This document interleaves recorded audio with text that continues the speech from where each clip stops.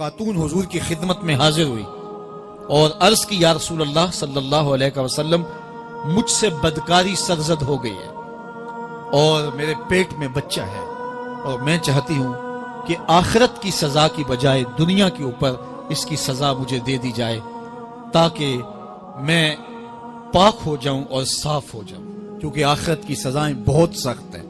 اللہ کے محبوب علیہ السلام نے جبریل امین سے ایک دن پوچھا تھا مجھے جہنم کے عذابوں کا ذکر سناؤ، تو عرض کی یا رسول اللہ صلی اللہ علیہ وسلم ہلکا ترین عذاب یہ ہے کہ جہنمی کے پاؤں میں آگ کے جوتے رکھے جائیں گے، باقی اس کے پورے بدن پہ آگ نہیں ہوگی، صرف آگ کے جوتے اس کو پہنائے جائیں گے، لیکن اس کی حدت، گرمی اور شدت اتنی ہوگی یغلی منہما دماغہ، اس کی شدت سے اس کا دماغ پگھل کر ناک اور کانوں کے ذریعے سے باہر آنا شروع ہو جائے گا۔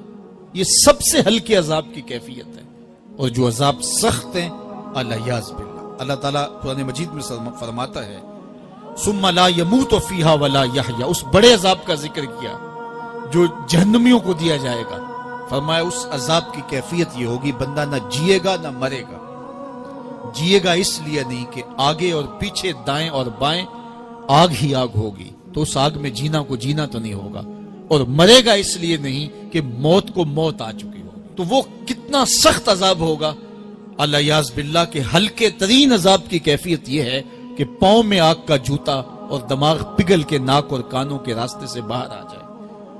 تو اس نے عرض کی یا رسول اللہ صلی اللہ علیہ وسلم میرے اوپر حد جاری کر دیجئے، اور اس نے کہا کہ میرے پیٹ میں جو ہے وہ بچہ ہے۔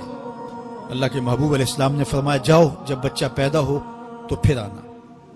وہ چلی گئی، تو جب بچہ پیدا ہوا تو گود میں اٹھائے پھر حضور کی خدمت میں حاضر ہوئے اور عرض کی یا رسول اللہ یہ ہے بچہ جو میں نے گناہ کیا تھا، بدکاری کی تھی، آج یہ اس کی نشانی ہے۔ تو اللہ کے محبوب علیہ السلام نے فرمایا کہ اسے لے جاؤ اور اسے دودھ پلاؤ، اور جب یہ کچھ کھانے پینے لگ جائے گا تو پھر آنا۔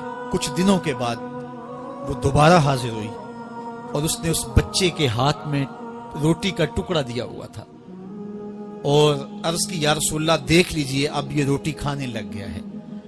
اللہ اکبر۔ تو اللہ کے محبوب نے فرمایا انہیں لے جاؤ اور جا کے انہیں سنگسار کر دو۔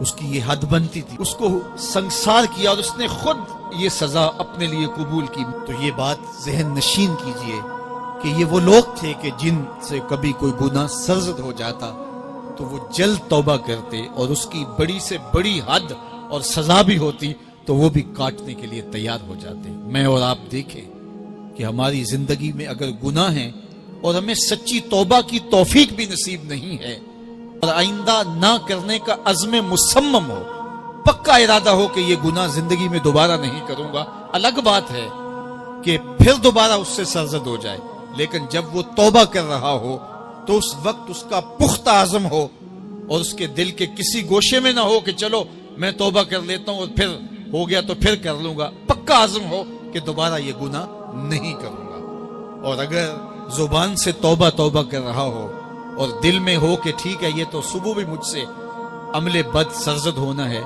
تو اللہ تعالیٰ سے یہ مذاق کرنے والی بات ہے، اور اللہ تعالیٰ سے جو مذاق کرتا ہے وہ کہاں کھڑا ہے وہ خود سوچ لے۔ وہ کیا کسی نے کہا تھا کہ توبہ کی پھر توبہ کر کے توڑ دی، میری اس توبہ پہ توبہ توبہ توبہ کر اٹھی۔ تو ایسی توبہ نہیں ہے کہ جو رسماً کسی مجلس میں چلے گئے، کسی اجتماع میں چلے گئے تو سب لوگوں نے توبہ توبہ کی تو وہ بھی توبہ توبہ کرتا رہا، لیکن اس کا عزم مصمم پختہ ارادہ نہیں تھا گناہوں کو چھوڑنے کا، تو یہ توبہ نہیں، یہ مذاق ہے۔ اس لیے اللہ کے حضور سچی توبہ یہ ہے کہ ماں قبل کے گناہوں سے مٹی کے گھروندے پاؤں پہ بناتا ہے اور انہیں مسمار کر دیتا ہے۔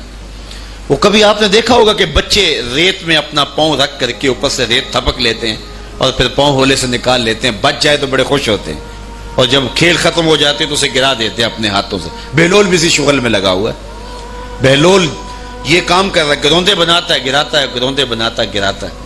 بادشاہ گزرا، پوچھا بہلول کیا کر رہے ہو؟ ہنس کے کہا جنت کے مکان بنا رہا ہوں۔ کہا بیچتے ہو؟ ہاں بیچتا ہوں. کتنے کا؟ 10 روپے کا، سیل لگائی ہوئی ہے.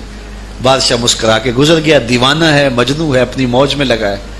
پیچھے سے ملکہ زبیدہ بھی آ رہی تھی. اس نے بھی دیکھا. کہا بہلول کیا کر رہے ہو؟ کہا جنت کے مکان بنا رہا ہوں. کہا بیچتے ہو؟ ہاں 10 روپے کا بیچتا ہوں. 10 روپے بادشاہوں کے لیے کیا ہوتے ہیں؟ 10 درہم نکالے، اس کو دیے، اس نے دریائے دجلہ میں پھینک دی. فقیر اتنی دیر تک فقیر نہیں بنتا. داتا صاحب فرماتے جب تک مٹی کا ڈھیلا اور سونے کی ڈلی اس کی نظر میں برابر نہیں ہو جاتا. اور ایک مکان کے گرد، ایک وہ گھروندے کے گرد دائرہ لگایا. کہا یہ تیرا ہوا. ملکہ گزر گئی. بادشاہ بھی چلا گیا. شام کو اپنے محل میں پہنچے. بادشاہ سویا. منظر جاگا کہ حشر کا دن ہے، پھر جنت کا منظر ہے. جنت میں بڑے بڑے خوبصورت مکان ہیں. ایک مکان تو بڑا ہی اچھا لگا، تو جی چاہا کہ اس مکان کو دیکھوں. تو جب قریب گیا تو دروازے پہ لکھا تھا ملکہ زبیدہ. شوق سے آگے بڑھا تو دربان نے روک دیا. کہا یہ ملکہ کا ہے. کہا وہ میری ہی ملکہ ہے. کہا دنیا کے ضابطے اور ہیں، آخرت کے ضابطے اور ہیں. بادشاہ کی آنکھ کھل گئی، بے چین ہو گیا. ملکہ کو بیدار کیا. کہا تو کون سا نیک عمل کیا ہے؟ میں نے جنت میں تیرا یوں محل دیکھا. ملکہ کہنے لگی وہی معمول کی نمازیں، وہی سب کچھ، کوئی نیا کام تو میں نے کیا نہیں. ہاں یاد آیا، کل گزر رہی تھی، دجلہ کا کنارہ تھا، وہ جسے لوگ مجذوب کہتے ہیں، وہ جو دیوانہ کہلاتا ہے، وہ بہلول، وہ جنت کے محل کہتا تھا، وہ بنا رہا تھا. میں نے کہا چلو کوئی بات نہیں، فقیر ہے، 10 روپے کیا ہوتے ہیں. تو میں نے 10 روپے کا ایک محل خریدا تھا. بادشاہ سر پکڑ کے بیٹھ گیا. وہ تو مجھے بھی کہتا تھا. میں دیوانے کی بات سمجھ کے گزر گیا. اگلے دن بادشاہ قصدن گزرا. جب قصدن گزرا نا تو دل دھڑک رہا تھا کہ کہیں مجذوب پھر آج مل جائے اور اسی موج میں ہو تو کام بن جائے. دیکھا تو بہلول وہاں بیٹھا ہوا ہے. آگے بڑھ کے دیکھا تو کام بھی وہی. بادشاہ پھر رک گیا. پوچھا اب بہلول کیا کر رہے ہو؟ اب دل دھڑک رہا تھا کہ مجذوب ہے، کوئی اور بات کہہ دے تو چلو اچھا ہو کہ وہی جواب دے دے. اس نے وہی جواب دیا، جنت کے محل بنا رہا ہوں. بادشاہ کا کچھ دل ٹھہرا. پھر کہا اچھا بیچتے بھی ہو؟ ہاں ہاں بیچنے کے لیے بنا رہا ہوں. بادشاہ ادھر جیب میں ہاتھ ڈال رہا ہے اور ادھر پوچھ رہا ہے کتنے کا؟ کہا آدھی حکومت لگے گی. کہا کل تو 10 روپے کے بتا رہے تھے. کہا کل تم نے دیکھا نہیں تھا، آج سودا دیکھ کے لے رہے ہو. اللہ تعالیٰ ارشاد فرماتا ہے انما تنذر من اتبع ذکر وخشی الرحمن بالغیب. جو ان ڈٹھے سودے کرتے ہیں، جو بغیر دیکھ کے کرتے ہیں. اچھا چلو ایک خوشخبری میں آپ کو بھی سناؤں، اور وہ خوشخبری رسول اللہ کی زبان سے.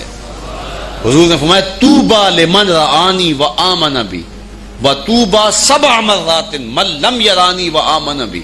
فرمایا صحابہ تمہیں مبارک ہو ایمان کی کہ تم نے مجھے دیکھا اور میرے اوپر ایمان لائے. اور کہا انہیں 7 مبارکیں ہوں جنہوں نے مجھے دیکھا بھی نہیں ہوگا اور پھر بھی ایمان لائیں گے. انما تنذر من اتبع ذکر وخشی الرحمن بالغیب فبشرہ بمغفرۃ واجر کریم. ان کو بشارت دے دیجئے بڑی عزت والے اجر کی اور خوشخبری بھی. تو جس اجر کو میرا رب بھی کریم کہہ رہا ہے وہ اجر کیسا ہوگا. تو یہاں تو لہجہ دم توڑتا ہے اور الفاظ ساتھ نہیں دیتے کہ اجر کریم کی کیا تعریف کریں جس اجر کو میرے رب ہے. لا فضل لعربی علی اعجمی. کسی عربی کو اجمی پر کوئی فضیلت نہیں ہے اور کسی اجمی کو کسی عربی پر کوئی فضیلت نہیں ہے. کسی گورے کو کالے پر، کسی کالے کو گورے پر کوئی فضیلت نہیں. فضیلت کا معیار صرف تقوی ہے. ہمارے آج بھی ہندوانہ رسمیں ختم نہیں ہو رہی.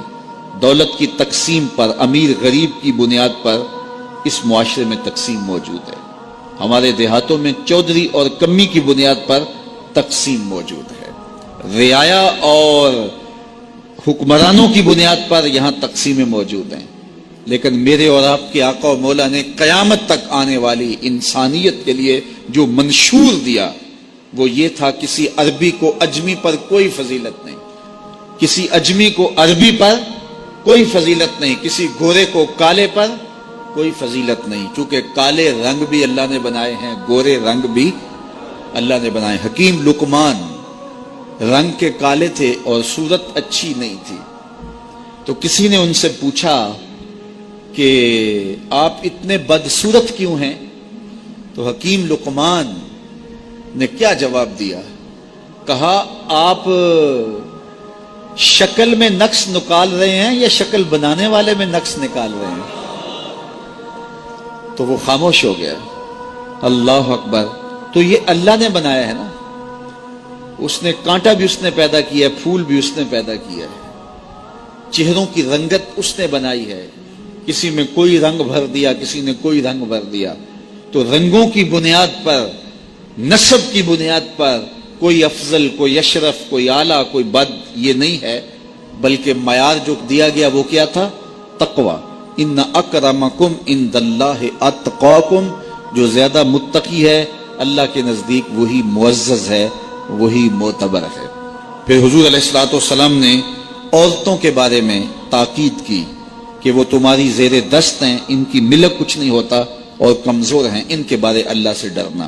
اور حضور نے ان کے ساتھ حسن سلوک کرنے کی وصیت کی. پھر غلاموں کے ساتھ حسن سلوک کرنے کا حضور نے درس دیا کہ جو خود کھاتے ہو وہ انہیں کھلاؤ, جو خود پیتے ہو انہیں پلاؤ, جو خود پہنتے ہو انہیں پہناؤ. بعض لوگ ملازم کو, ماتحت کو جو ہیں وہ ہلکے کپڑوں میں کس کر رکھتے ہیں تاکہ پتہ چل جائے کہ یہ غلام ہے, یہ ملازم ہے اور ہم باس ہیں. حضور علیہ الصلوۃ والسلام نے ان 3 چیزوں کی تاکید کی. پھر حضور نے ہمسایوں کے حقوق کے حوالے سے بات کی, اور صحابہ فرماتے ہیں کہ اتنی بار حضور نے تاکید کی کہ ہمیں یہ گمان ہوا کہیں وراثت کے اندر حقدار نہ ٹھہرا دیا جائے. تو ہمسایوں کے حقوق کے حوالے سے حضور نے تاکید ارشاد فرمائی. پھر حضور نے 3 باتوں کی تاکید فرمائی. پہلی بات, عمل میں اخلاص پیدا کرو, چونکہ عمل کا خلوص ہی قبولیت کا سبب و ذریعہ ہے. اگر عمل میں خلوص نہیں تو کچھ بھی پلے نہیں ہے. دوسری بات, حاکموں کو وصیت کرنا, جو بادشاہ وقت ہوں, حاکم ہوں, ان کو خیر کی بات کہنا, ان کو بتانا, ان کا قبلہ درست کرنے کی کوشش کرنا, یہ ذمہ داری ہے قوم کے اوپر. تیسری بات کی حضور نے یہ وصیت فرمائی, لزوم و جماعت المسلمین, مسلمانوں کی جماعت سے الگ نہ ہونا, الگ الگ ٹولیوں میں نہ بٹنا, لابیاں نہ بنانا, گروہ بندیاں نہ کرنا, جماعت کے ساتھ جڑ کے رہنا, فرقہ بندی سے بچنا اور جماعت وحدہ کا ساتھ دینا. حضور نے فرمائی, تابعوا السواد الاعظم فإنه من شذ شذ فی النار, جو بڑی جماعت ہے, سواد اعظم ہے, ان کے ساتھ رہنا, جو ان سے بچھڑ گیا وہ جہنم میں ڈالا جائے گا. در ماہی دا چھوڑی ناہی, نہیں تے ہو جاویں گا روگی, جیڑی بکری اجڑوں وچھڑی او بگیاڑا جوگی. اس لیے لزوم و جماعت المسلمین, مسلمانوں کی جماعت کے ساتھ قائم رہنا. پھر حضور علیہ الصلوۃ والسلام نے فرمایا, اے امت مسلمہ, میں تمہیں لاوارث نہیں چھوڑ کے جا رہا, میں تمہارے اندر 2 بھاری چیزیں چھوڑ کے جا رہا ہوں, اور اگر تم ان کو مضبوطی سے تھام لوگے, میں ضمانت دیتا ہوں تم کبھی بھی گمراہ نہیں ہوگے. ایک اللہ کی